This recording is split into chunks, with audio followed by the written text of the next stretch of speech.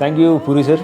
ఇంత మంచి పాటని కంపోజ్ చేయడానికి అలాంటి సిచ్యువేషన్ నాకు ఇస్తుంది.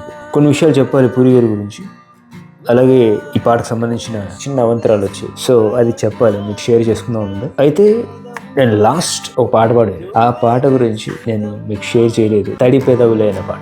So I want share first that song. Next ఈ పాట గురించి వెళ్తాను. తడి పెదవులే పాట చేసే ముందు నేను, డైరెక్టర్ గారు, డిఓపి బృందా, డైరెక్టర్ గారు భద్ర శ్రీధర్ గారు ఆల్రెడీ ఒక చిన్న 2-3 సాంగ్స్ కంపోజ్ చేస్తున్నారు ఈ పాట సంబంధించింది. But one fine day we have goat an small, అప్పుడే ఒక పాట రిలీజ్ అయిందండి హిందీలో, మంచి పాట అది. ఆ పాట రిలీజ్ అయినప్పుడు సరదాగా వింటున్నాం మేము. ఆ పాట సరదాగా వింటున్నాం, మంచి సూఫీ సాంగ్ అని చిన్న ఫీలింగ్ వచ్చింది. ఆ సాంగ్ చిన్న రిమెంబరెన్స్ నాకు కరెక్ట్గా ఐడియా లేదు. సో ఆ పాట పాడుతున్నప్పుడు ఇలాంటి పాటని మనం తెలుగులో ఎందుకు మనం ఇంకోసారి ట్రై చేయకూడదు అనే ఒక చిన్న పాయింట్లో ఆ పాటను నేను విని ఒకసారి కొంచెం లైట్ చేంజెస్ చేద్దాం బాగుంటుంది అని చేసిన పాట అండి. సో నేను చేసుకుని వచ్చి నో నో తానే అని చేసి నేను కంపోజ్ చేసిన రోజు తానే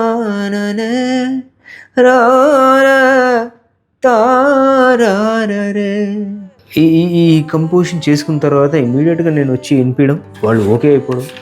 సో చెప్పలేమండి ఒక్కొక్క సాంగ్ ఎలా పుడతాయి. ఒక్కొక్కసారి కొన్నిసార్లు కంపోజ్ చేసేటప్పుడు ఎంతో భర్జన అవుతుంటాం కొన్ని పాటలకి. ఒక్కొక్కసారి ఈజీగా కొన్ని ఏదో మనం కూర్చొని సరదాగా కూర్చొని పాట ఉంది. So life is an example. మనం ఇమీడియట్గా రాలేదు అని చాలా బాధపడిపోతుంటాం, కానీ ఏదో ఒక పాయింట్లో మనకి ఏదో ఒకటి తడుతుంటుంది. Everything is like, it's an experience. We have to learn. So వినాలి, సరదాగా 10 మందితో తిరగాలి, చూడాలి, కొన్ని తెలుసుకోవాలి. సో ఈ పాట అలా వచ్చింది.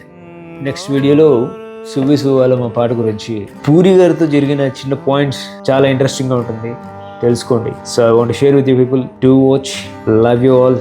Love music. జై హింద్.